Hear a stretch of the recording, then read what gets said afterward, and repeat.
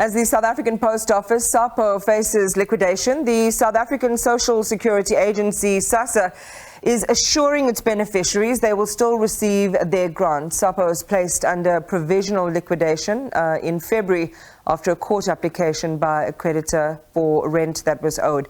According to SAPO's latest financial statements, till the end of March 2022, it owed more than 4 billion to its creditors, and its debt exceeded its assets by 4 billion rand. So the situation there is quite critical. SASSA Spokesperson Paseka Letsatsi joins us now for more. Good evening and welcome, Paseka. Appreciate your time. There's a lot of concern, understandably, by your stakeholders. What's the latest on your talks with SAPO, with the Post Office?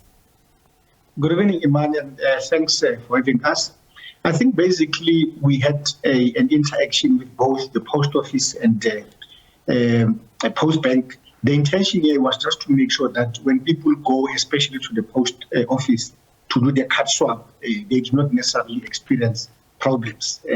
But we have contingency plans, Iman. Like for an example, we have said that if in case we go to a stage of liquidation, which from where we sit as an organization, we hope we don't go to that particular level, but SAPO is best placed to talk about it. We have other platforms which are available to beneficiaries, which we think beneficiaries can use. So that guarantee that I thought I heard from the minister that everything should be fine and no beneficiaries would be compromised sounds like it might be a little bit on shaky ground. There is the possibility that it may not go smoothly. What are the alternative measures you're putting in place? Look, I think from where we are, Iman, we believe that the minister was correct to say that the things are going smoothly. But obviously, as an organization, we are also alive to the fact that we are servicing the most vulnerable sector of our society. And we don't want to be caught flat-footed.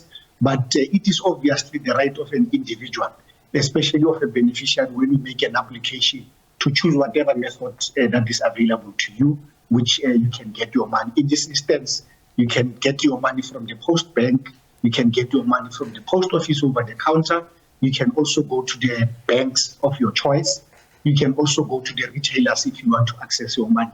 So we think that we should not limit or try to box the beneficiary to direct them to one place. If beneficiaries feel that they want to use whatever method that is available to them, we should respect their constitutional right and make sure that those particular platforms are available. Yeah.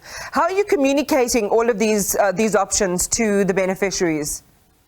We are using basic methods, Iman, especially we agreed yesterday with our regions, which we call them provinces, that they must engage with the churches, they must engage with the traditional leaders, they must engage and go to the schools, but they must also engage the councillors, so that we don't necessarily only speak through the media, but we're able to make sure that the information filters through, so that people understand whatever that is available to them, then they can then be able to use it to their advantage. So the other complication is that government clinic patients also receive their chronic medicines at the Post Office. How will this service be affected, and what's the plan for that? Look, Iman, I think I don't want to go to the Post Office. The Post Office will be best placed to talk for themselves. For now, I mean, our intention is to make sure that we concentrate on those beneficiaries of social grants. I think if you can pose that question, Iman, not in a bad way, but to the Post Office, I think they can be able to best explain themselves. The reason I placed it here is because generally people would use those services concurrently. Certainly something we can put to the Post Office.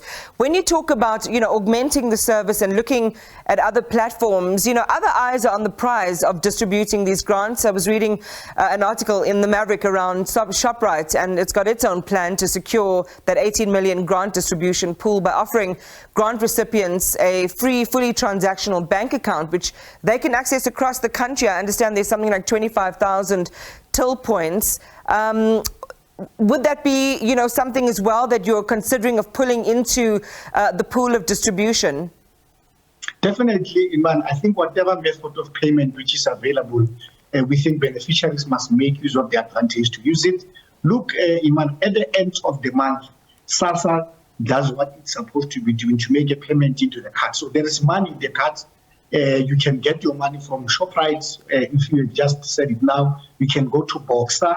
You can go to Pick and Pay to access your grant, because that card which we have operates like any other bank card. Or you can go to the bank of your choice.